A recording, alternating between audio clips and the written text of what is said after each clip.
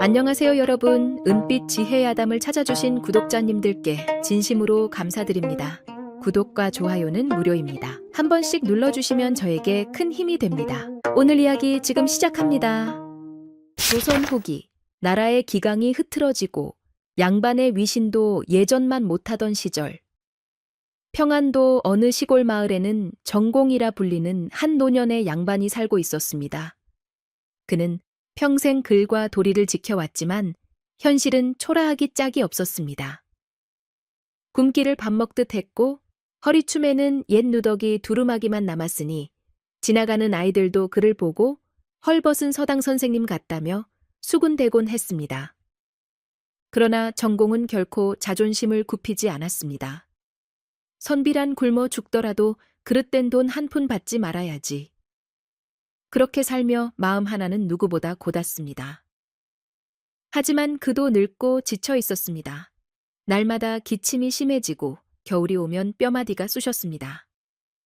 그러던 어느 날 동네 이장놈이 찾아와 수군댔습니다. 정공 어르신 들으셨소?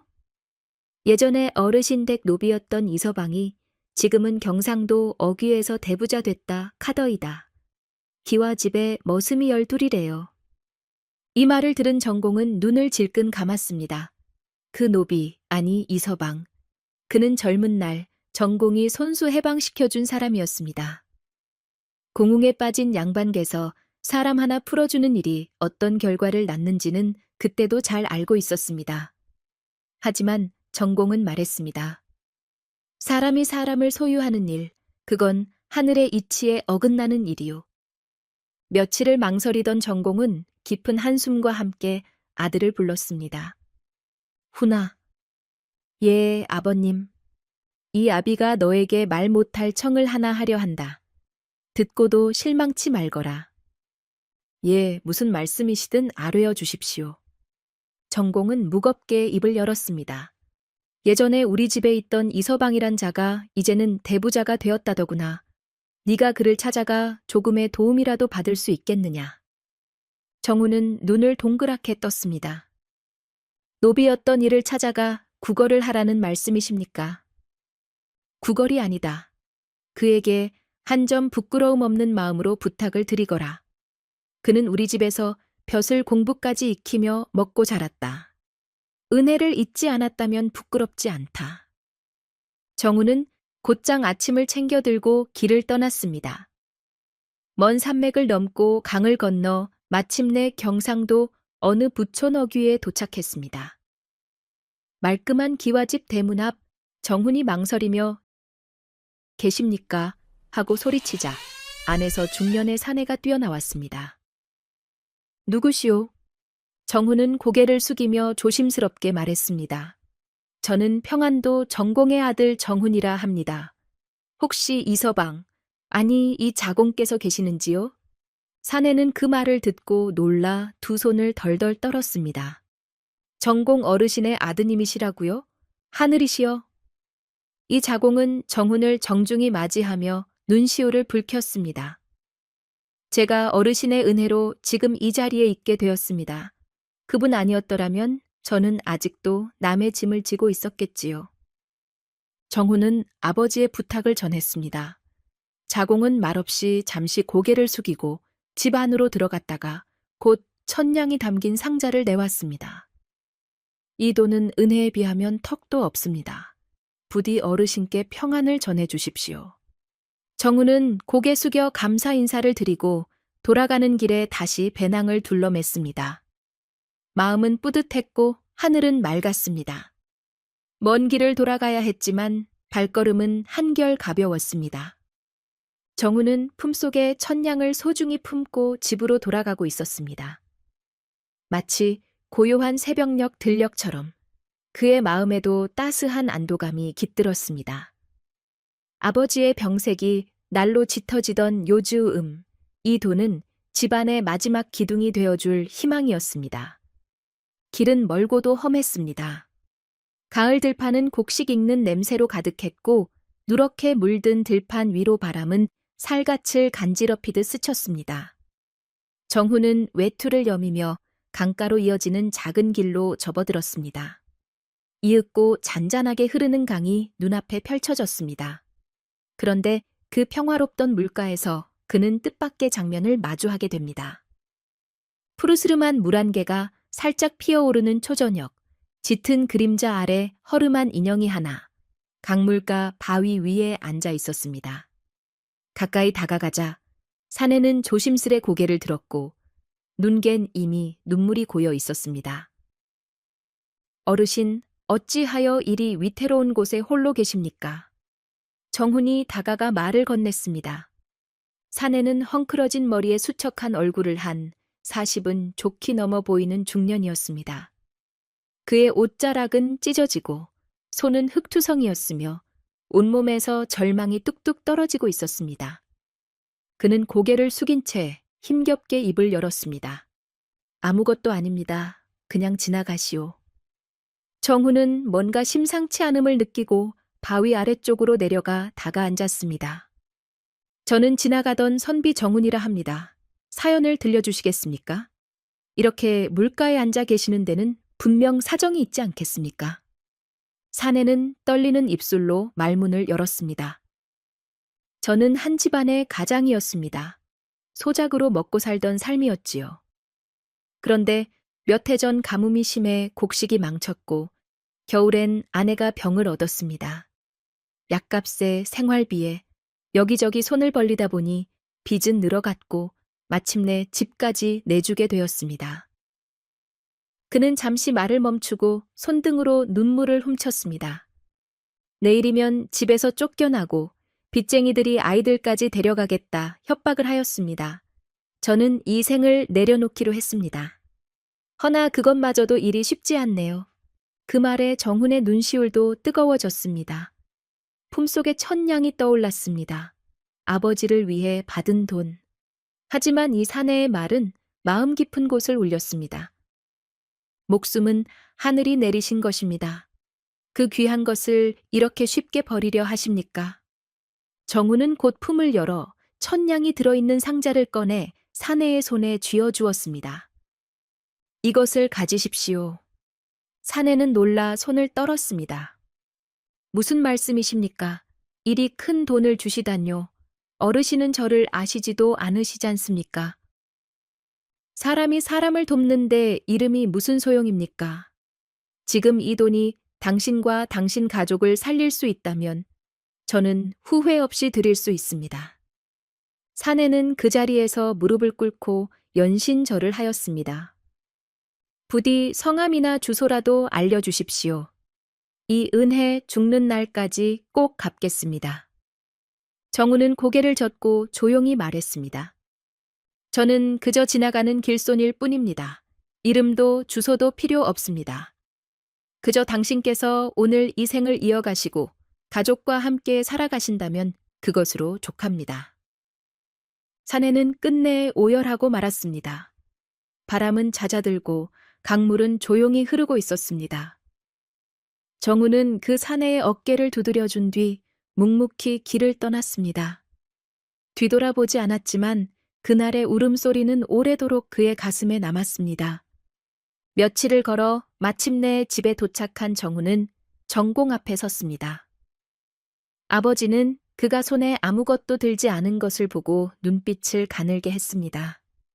무사히 다녀왔느냐? 정우는 고개를 숙였습니다. 예, 허나 천냥은 드리지 못하게 되었습니다. 정공은 놀라지 않았습니다. 오히려 담담하게 물었습니다. 무슨 일이 있었던 게냐? 정우는 그날 강가에서 만난 사내의 이야기, 그리고 그에게 돈을 건넨 이유를 조용히 풀어놓았습니다. 그의 말은 진솔했고 후회 하나 묻어있지 않았습니다. 모든 말을 들은 뒤 정공은 깊은 한숨을 내쉬고 나직이 말했습니다. 천냥이야 다시 벌 수 있다. 허나 목숨은 단 한 번이니라. 네가 한 일은 이 아비보다도 나은 짓이었다. 정훈아, 너는 사람의 길을 지켰구나. 내가 그 사내라도 너 같은 이에게 절이라도 하고 살겠다. 정훈의 눈가도 젖었습니다. 부자의 눈물이 촛불 위로 나란히 흘렀습니다. 그날 밤 정공은 무심히 하늘을 바라보며 말했다. 사람은 때때로 이름도 없이 빚도 없이 선한 일을 해야 할 때가 있다. 그때 베푼 덕은 반드시 돌아오게 되어 있다. 정우는 그 말을 마음 깊숙이 새겼습니다. 그리고 계절이 바뀌고 세월은 또 흘러 어느덧 아버지는 조용히 세상을 떠났습니다. 정우는 아버지를 위해 묘자리를 구하려 산과 들을 떠돌았습니다.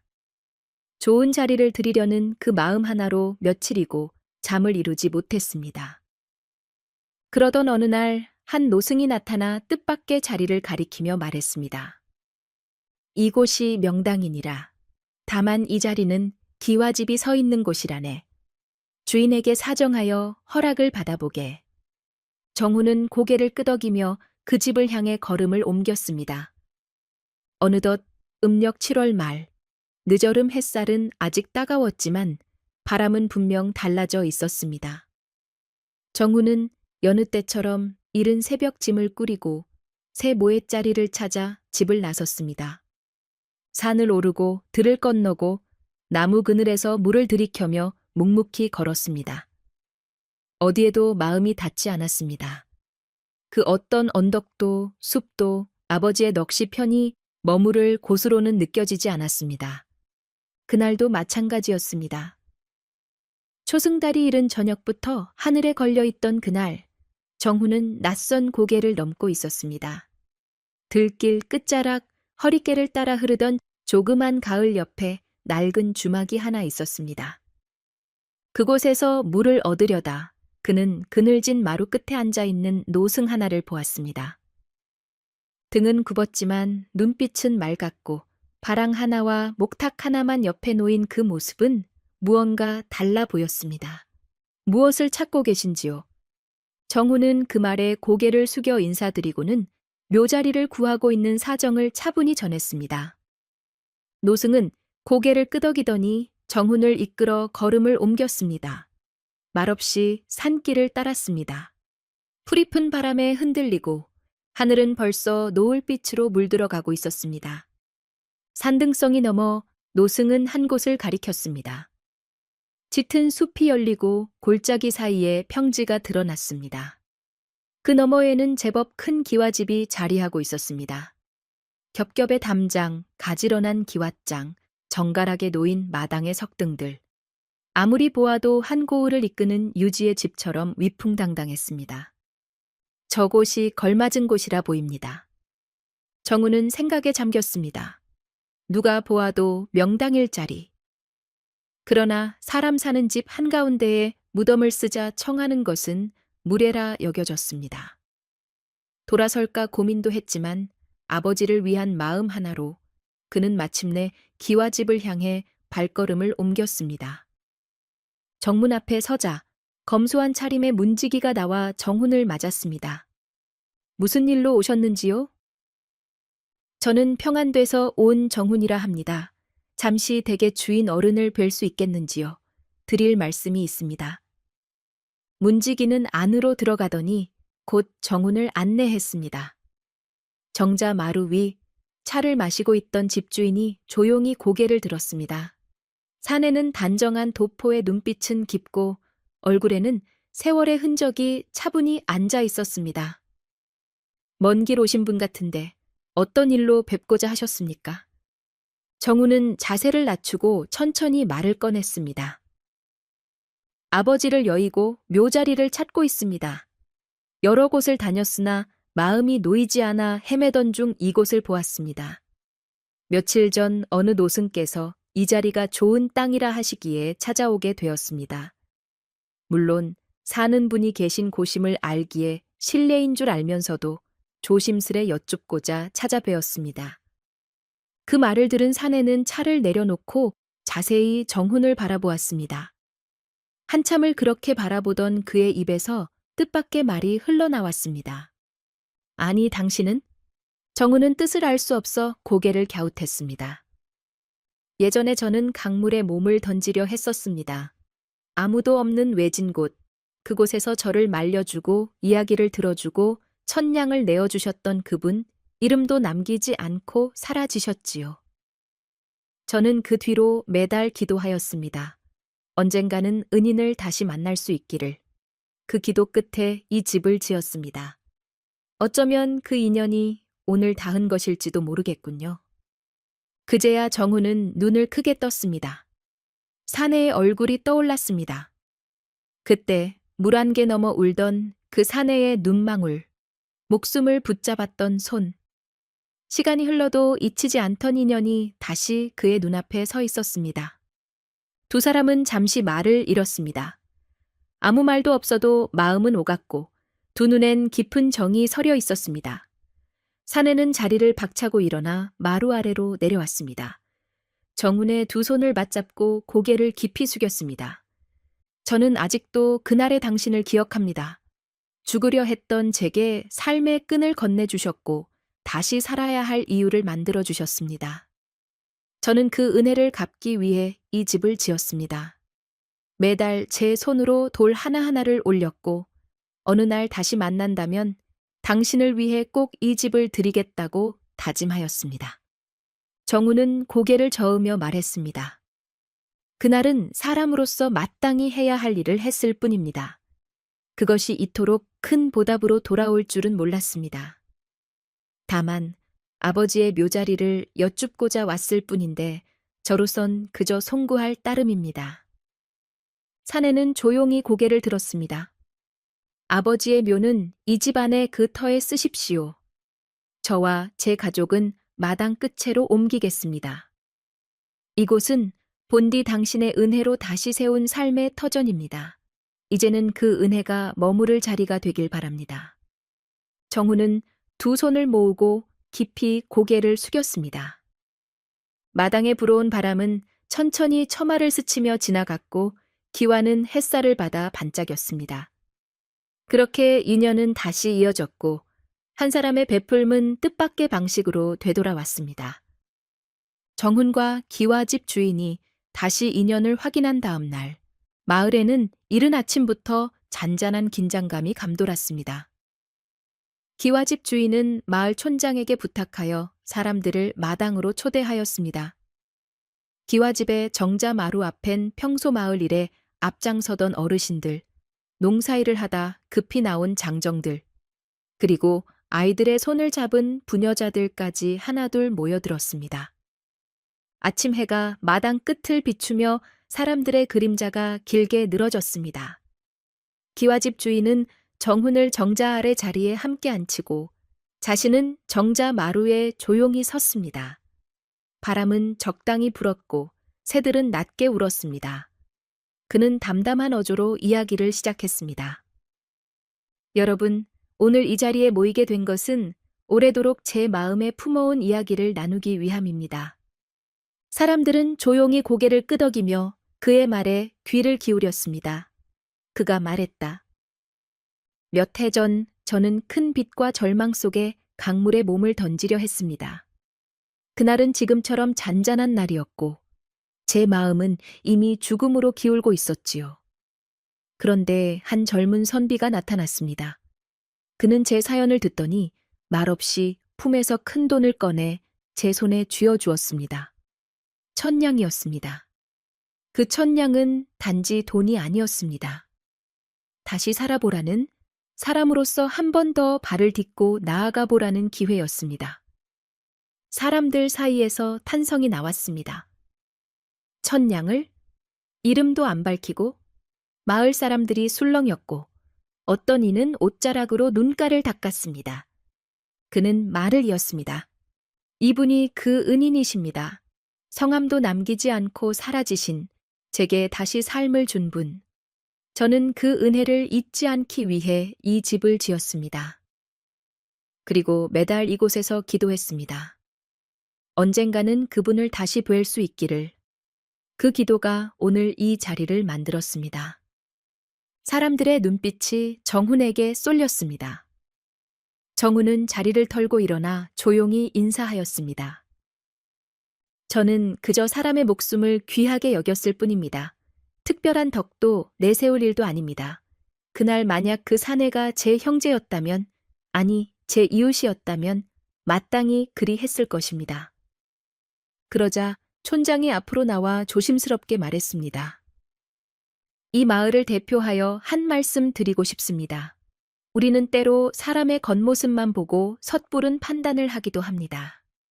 오늘 정훈 선비님의 이야기를 들으며 진정한 덕이란 무엇인지 깊이 깨닫게 되었습니다. 이어서 기와집 주인은 선언하듯 말했습니다. 이 집은 은인의 것입니다. 이 땅도, 이 마루도, 이 명당도. 저는 오늘부터 은인의 가족처럼 살아갈 것입니다. 그리고 은인의 아버님 묘를 이 집 안가장 좋은 곳에 모실 것입니다. 그 말에 마을 사람들 모두가 박수를 쳤습니다. 일부는 감격에 눈물을 쏟았고 아이들마저도 최고다 라며 한바구음을 지었습니다. 그날 밤 정훈은 작은 종이에 아버지의 묘비문을 써내려 갔습니다. 글씨는 정갈했고 마음은 맑았습니다. 이 자리는 사람의 덕이 모인 자리요 은혜가 돌아온 땅이라. 며칠 후 마당 뒤편 양지바른 언덕 위에 정공의 묘가 마련되었습니다. 흙을 덮는 손길 하나하나에 정성과 감사가 담겼습니다. 기와집 주인은 매일 아침 그 묘 앞에 절을 올렸고 정훈은 묘비 앞에서 조용히 입을 열었습니다. 아버지, 이 자리는 하늘이 인연으로 내려주신 명당입니다. 이제 마음 놓고 편히 쉬십시오. 그 말에 풀잎이 살랑이고 멀리서 산새가 지저귀었습니다. 해는 높이 떠 있었고 바람은 고요했습니다. 그렇게 정공의 혼은 따뜻한 품으로 돌아갔고 그 덕은 사람들의 마음에 깊이 새겨졌습니다. 정공의 묘가 기와집 뒤편 햇살이 머무는 언덕에 정성껏 안장된 뒤로 정훈과 기와집 주인은 그 자리를 중심으로 새로운 삶을 시작하였습니다. 사람들은 더 이상 그 기와집을 부자대끼라 부르지 않았습니다. 누구나 정훈을 천냥선비라 불렀고 기와집은 덕의 집으로 불렸습니다. 기와집 마당은 매일같이 아이들의 웃음소리로 가득했습니다. 정훈은 빈터의 텃밭을 일구고 마을 사람들과 함께 김을 매며 웃음을 나눴습니다. 기와집 주인은 장을 보러 나간 노인네의 지게를 들어주고 마을 잔칫날에는 기꺼이 막걸리통을 나르곤 했습니다. 사람 사는 데는 따뜻한 손 하나, 따뜻한 말 한마디가 제일 귀한 법이지요. 정훈의 이 말은 마을 사람들 사이에 널리 퍼졌습니다. 사람들은 서로 얼굴을 마주보며 인사하게 되었고 문턱은 낮아졌으며 집집마다 더 많은 웃음이 흐르게 되었습니다. 세월이 흘러 정훈과 기와집 주인은 형제처럼 지내며 서로를 의지했습니다. 기와집 주인은 정훈을 형님이라 불렀고 정훈은 그를 아우라 불렀습니다. 함께 심은 배나무는 어느새 마당을 뒤덮을 만큼 자라 해마다 풍성한 열매를 맺었습니다. 명절이 되면 마을 사람들 모두가 기와집으로 모였습니다. 함께 송편을 빚고 차례상을 준비하며 웃음을 나누었습니다. 정공의 묘 앞엔 해마다 꽃과 정성 어린 재물이 놓였고 묘를 다녀간 사람들은 모두 가슴을 쓰다듬으며 말했습니다. 이 자리는 참으로 좋은 자리다. 사람의 덕이 머무는 자리다. 어느 여름날 마을을 지나던 낯선 선비가 묻기를 이 마을엔 어찌 이리 화목한가요? 그러자 어느 노인은 눈가에 웃음을 띠며 대답했습니다. 여기엔 천냥으로 목숨을 살린 선비가 살고 있습니다. 베푸는 마음은 잃지 않았고 이름도 남기지 않았지요. 하지만 그 덕은 이 마을 전체에 남아 있답니다. 그 말에 선비는 고개를 끄덕이며 깊은 감동을 느꼈습니다. 그리고 정훈은 늘 말하곤 했습니다. 덕이란 이름 없이도 돌아오는 것이며 진심으로 베푼 은혜는 언젠가 반드시 돌아옵니다. 오늘 내가 내민 손 하나가 먼 훗날 나를 살릴지도 모릅니다. 그 말은 먼 훗날 마을 서당 아이들의 교훈 글귀로 남게 되었고 마을 어귀의 돌비에는 이런 글귀가 새겨졌습니다. 이 자리는 사람의 마음이 머문 자리요. 덕은 결국 사람을 살리는 법이다. 오늘 이야기 들어주셔서 진심으로 감사합니다. 여러분의 좋아요와 따뜻한 댓글이 큰 힘이 됩니다. 다음에 더 좋은 이야기로 찾아뵙겠습니다. 안녕히 계십시오.